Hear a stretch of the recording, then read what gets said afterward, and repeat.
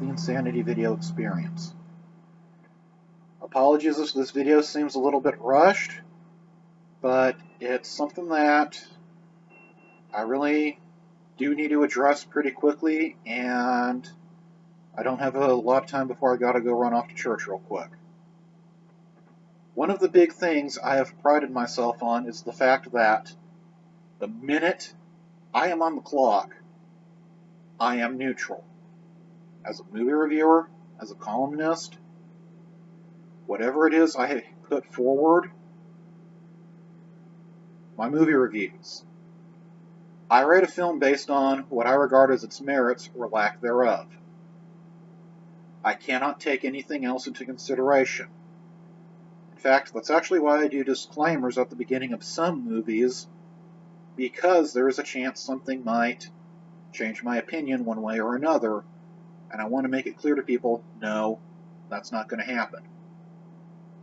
I have sat through films starring very awful individuals, and I have held my tongue, because what matters is what they do in front of the camera, not what they do off camera.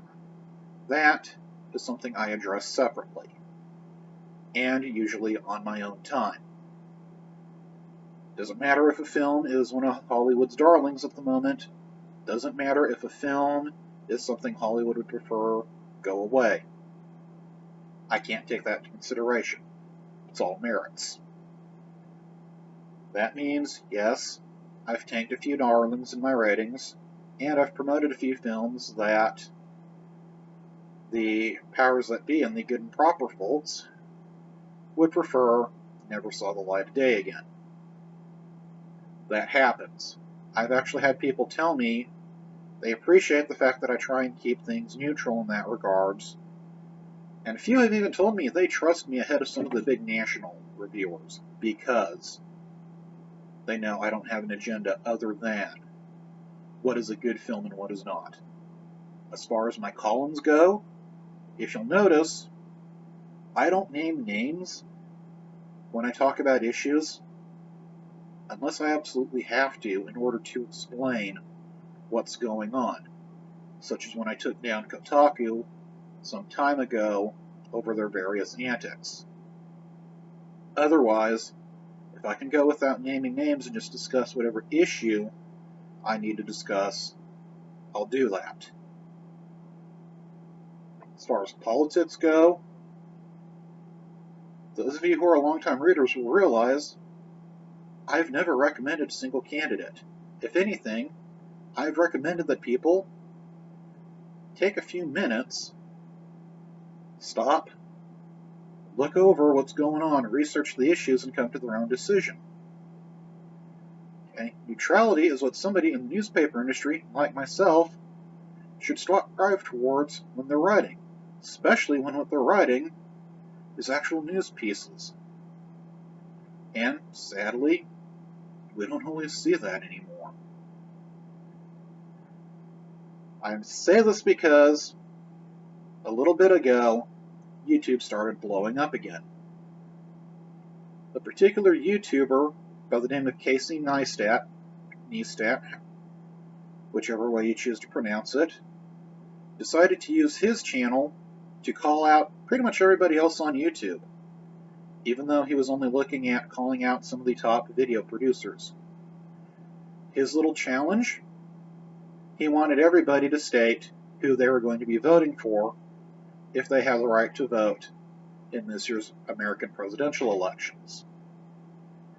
He then followed this up by going on a long spiel about who he was voting for and why, and then he told people to use the comment section, call out their particular favorite YouTube host in order to have them say who they were going to vote for. And basically, as far as he was concerned, if you're one of the big people or you're called out, it is your obligation to come right out and say it. Well, Casey, it's none of your business who I'm voting for. This channel is an extension of my columns, and my movie reviews. Because of that, the same neutrality principle that I apply in my writing applies here. Period. Now, anybody who talks to me in person when I am off the clock knows I have a lot to say about a lot of topics. The minute this camera rolls, or the minute I start at my keyboard, that's when I get on the clock. That is when I am a professional. And as a professional, what matters? Facts, if I am writing a stringer piece. Merits, if I am doing a movie review.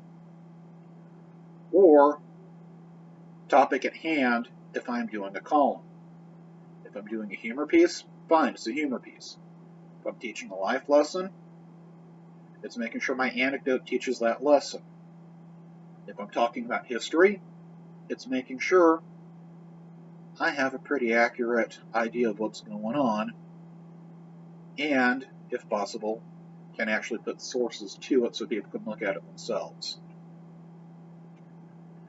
So Casey, you are probably not going to see this video, but that's my response. If anything, I challenge you to explain why it is that you feel it is so necessary for everybody on YouTube to stand up and say who they're voting for, and why you feel it is so necessary for everybody to create this revolution you want above and beyond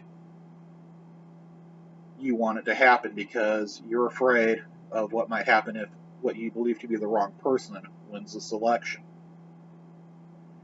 Now, you want to push for grassroots, you want to encourage people to vote, you specifically want to promote your candidate, fine and dandy. That's something everybody should do. But if you want to try and push other people with other opinions to do something simply because that's what you and other people on a bandwagon want, you're going to need something a little better than that. That's all I can say without actually going and breaking my issues of neutrality, but just remember, folks, this election, do your own research, come to your own conclusions, vote accordingly. When it comes to this channel, my movie reviews, my columns, know that I will, as much as I can, try to keep things neutral and professional. I promise you I will do my best. You can count on that. Catch y'all later.